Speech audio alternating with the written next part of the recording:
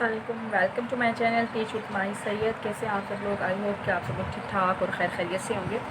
आज हम न्यूटन का सेकंड लॉ या न्यूटन का दूसरा कानून हरकत की जो मदद से जो है हम मसावात या इक्वेशन को डेरिवेट करेंगे। और वो कौन सा मसावात है? वो है हमारे पास F=m है। वीडियो को देखने से पहले अगर आप मेरे चैनल पर न्यू हैं तो मेरे चैनल को सब्सक्राइब कीजिए, लाइक कीजिए, शेयर कीजिए और बेल आइकन के बटन को प्रेस कर दीजिए।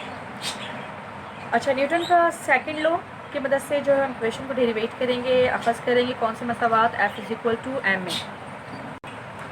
अच्छा, अगर हम न्यूटन के सेकंड लॉ की बात करें तो जो वो कहता है कि जब किसी भी जिस्म पर फोर्स अप्लाई की जाती है तो वो फोर्स उसी जिस्म में एक्सेलरेशन को प्रोड्यूस करता है। यानी कि जब किसी जिस्म पर क़ुव्वत लगाई जा रही है तो अपनी जिस्म में इसरा को पैदा करेगा। एग्जांपल आप ले सकते हैं, अगर आप बॉल को किक मारते हैं तो बॉल जो है वो बजाय पीछे आने के आगे की तरफ हरकत करना शुरू कर देती है। ठीक है, यानी कि सेम डायरेक्शन होती है उसकी। तो से प्रूव हो जाता है कि जब भी किसी भी ऑब्जेक्ट पर हम फोर्स को अप्लाई करेंगे तो वो अपनी ही डायरेक्शन में एक्सेलरेशन को प्रोड्यूस करता है। और हर वो चीज़ जो मोशन कंडीशन में है उसमें एक्सेलरेशन लाजमी पाया जाएगा। अब इसी लॉ से जो है वो दो पॉइंट्स, दो नतीजे, दो रिज़ल्ट्स जो है वो हम अखज़ कर सकते हैं कि एक जो है वो हो जाएगा कि क़ुव्वत जो है वो एक्सेलरेशन के रास्त मुतनासिब यानी कि डायरेक्टली प्रोपोर्शनल होगी। डायरेक्टली प्रोपोर्शनल का मतलब होता है, या रास्त मुतनासिब का मतलब होता है कि अगर कोई एक क्वांटिटी को आप इंक्रीज़ कर रहे हो तो दूसरी क्वांटिटीज़ भी इंक्रीज़ हो जाएगी, या अगर आप एक क्वांटिटी को कम कर रहे हो तो दूसरी क्वांटिटी भी कम हो जाएगी। जैसे यहाँ पर क़ुव्वत और इसरा हमारे पास दो क्वांटिटीज़ हैं। अगर आप फ़ुटबॉल की एग्जांपल ले लें, अगर आप फुटबॉल पर फोर्स को ज़्यादा अप्लाई करते हो, क़ुव्वत को ज़्यादा अप्लाई कर रहे हो, बहुत ज़ोर से किक मार रहे हो, तो क्या होगा, बॉल उसी तेज़ी से हरकत करना शुरू कर देगी। यानी इसमें एक्सेलरेशन उतना ही ज़्यादा प्रोड्यूस होगा जितनी ज़्यादा आप फोर्स अप्लाई कर रहे हो।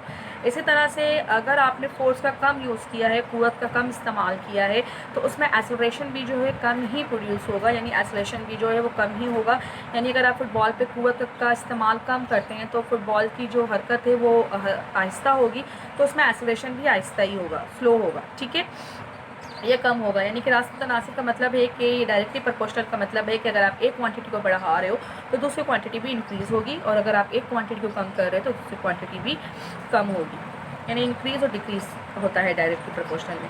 अब इसी लॉ से सेकंड रिजल्ट जो है वो निकलता है कि मैथ जो है वो बिलअक्स मुतनासिब होता है एक्सेलरेशन के।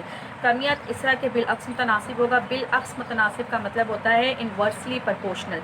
इन्वर्सली प्रोपोर्शनल मीन के अगर आप एक क्वांटिटी को इंक्रीज़ कर रहे हो तो उसकी एक क्वांटिटी जो है वो कम हो जाएगी। यानी अगर आप कमियत को बढ़ाते हो तो इसरा कम हो जाएगा, इसरा को बढ़ा रहे हो तो उसकी कमियत कम हो जाएगी। इन्वर्सली प्रोपोर्शनल का मतलब ये होता है कि जो हमारे पास क्वांटिटीज़ होती हैं तो उनमें से एक क्वांटिटी अगर इंक्रीज़ होती है तो दूसरी क्वांटिटी जो है वो डिक्रीज़ हो जाएगी।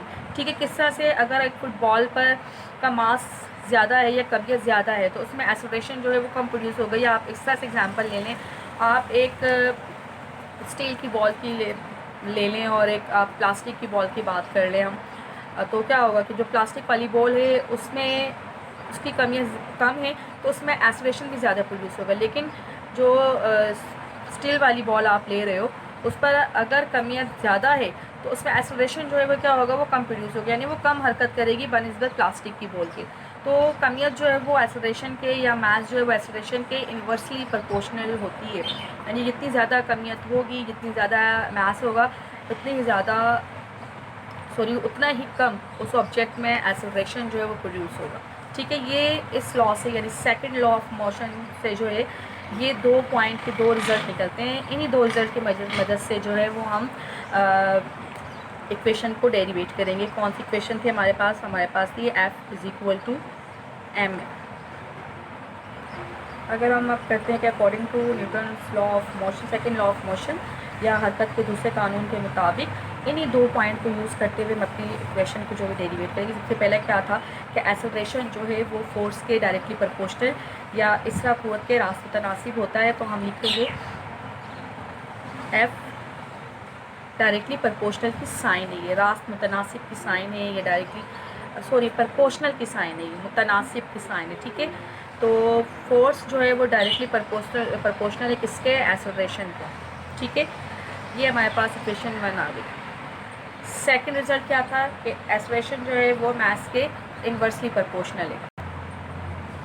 तो हम लिख सकते हैं कि जी ए प्रपोर्शनल इन्वर्सली के लिए हम हमेशा डिवाइड में यूज़ करते हैं, जैसे 1/m। पुअर इस तरह के डायरेक्टली प्रपोर्शनल हो गई। जब डायरेक्टली प्रपोर्शनल हम शो करते हैं दो क्वांटिटीज़ के दरमियान तो इस तरह से ज़ाहिर किया जाता है। बिलअक्स मुतनासिब या इन्वर्सली प्रपोर्शनल को हम इस तरह से शो करते हैं, ठीक है। इस तरह जो है वो डायरेक्टली प्रपोर्शनल इन्वर्सली प्रपोर्शनल थी कमियत के, तो हमने लिख दिया, ठीक है। यानी एक्सप्रेशन जो है वो इन्वर्सली प्रपोर्शनल होगा मैथ्स के। इसको हमने नाम दे दिया इक्वेशन नंबर 2 का। अच्छा, अब हम क्या करेंगे, जहाँ पर इक्वेशन 1 इक्वेशन 2 आई थी जो हमने रिजल्ट की मदद से निकाला था, हम उन्हें कंबाइन कर देंगे। कैसे कंबाइन करेंगे, उसे हम कंबाइन करेंगे। क्या थी हमारे पास इक्वेशन, हम दोबारा यहाँ लिख लेते हैं। एक्सप्रेशन जो है वो डायरेक्टली प्रपोर्शनल था एफ के, इक्वेशन 1 थी हमारे पास। और एक्सप्रेशन जो है वो इन्वर्सली प्रपोर्शनल या बिलअक्स मुतनासिब था एम के, इसे हमने इक्वेशन नंबर 2 का नाम दिया था। इन दोनों को अगर हम कंबाइन करते हैं, एक्सप्रेशन हमारे पास सेम है, हम एक दफ़ा ही लिखेंगे, ठीक है। प्रपोर्शनल की साइन भी एक दफ़ा ही आएगी। अब क्या आ जाएगा, f मल्टीप्लाई 1 और ये आ गया हमारे पास m, ठीक है। इन दोनों को हमने लिख दिया। अब क्या होगा, एक्सेलरेशन प्रपोर्शनल f1 ज़ा f और नीचे क्या आ जाएगा हमारे पास m, ठीक है। अब क्या करेंगे कि जब हमें प्रपोर्शनल के साइन को हटाना होता है तो याद रखिएगा प्रपोर्शनल के साइन को हटाने के लिए उस लॉ का, उस कानून का जो कांस्टेंट होता है वो हम यहाँ लिखते हैं। तो न्यूटन के कानून का जो कांस्टेंट है वो है k, ठीक है। यानी न्यूटन के लॉ का जो कांस्टेंट है वो k है। तो इस प्रपोर्शनल के साइन को हटाने के लिए हम k का इस्तेमाल करेंगे, तो हमारे पास आ जाएगा एक्सेलरेशन। और इक्वल की जब साइन हटाएंगे तो यहाँ पर हमारे पास, सॉरी, प्रपोर्शनल की जब साइन हटाएंगे कांस्टेंट लगाएंगे तो यहाँ पर इक्वल की साइन आ जाएगी और multiply f divided bye m। अब k की जो वैल्यू है वो हम यहाँ लिखेंगे और k की जो वैल्यू है वो होती है 1 के इक्वल, ठीक है। तो क्या आ जाएगा, a यानी acceleration is equal to k की जगह क्या लिखेंगे हम, 1 multiply f divided by math. f1 ज़ा f यानी फोर्स 1 से मल्टीप्लाई होगी तो हमारे पास आ जाएगा f डिवाइडेड बाय m, ठीक है। अब हमें क्या डेरिवेट करना था, हमें डेरिवेट करना था f is equal to m है, तो हम पोजीशन चेंज कर देंगे। f यहाँ डिवाइड हो रहा है, जब इक्वल की साइड पर लेकर जाएंगे हम इसको तो ये मैथ्स जो है वो एक्सेलरेशन के साथ जाके क्या हो जाएगा, मल्टीप्लाई हो जाएगा, ठीक है। तो इस तरह से ये इक्वेशन जो है वो हमारी हो जाती है डेरिवेट। आई होप आपकी डेरिवेशन समझ में आई होगी। अपना बहुत सारा ख्याल रखिएगा, मुझे दुआ में याद रखिएगा। इसके साथ मुझे दीजिए इजाज़त। अल्लाह हाफ़िज़।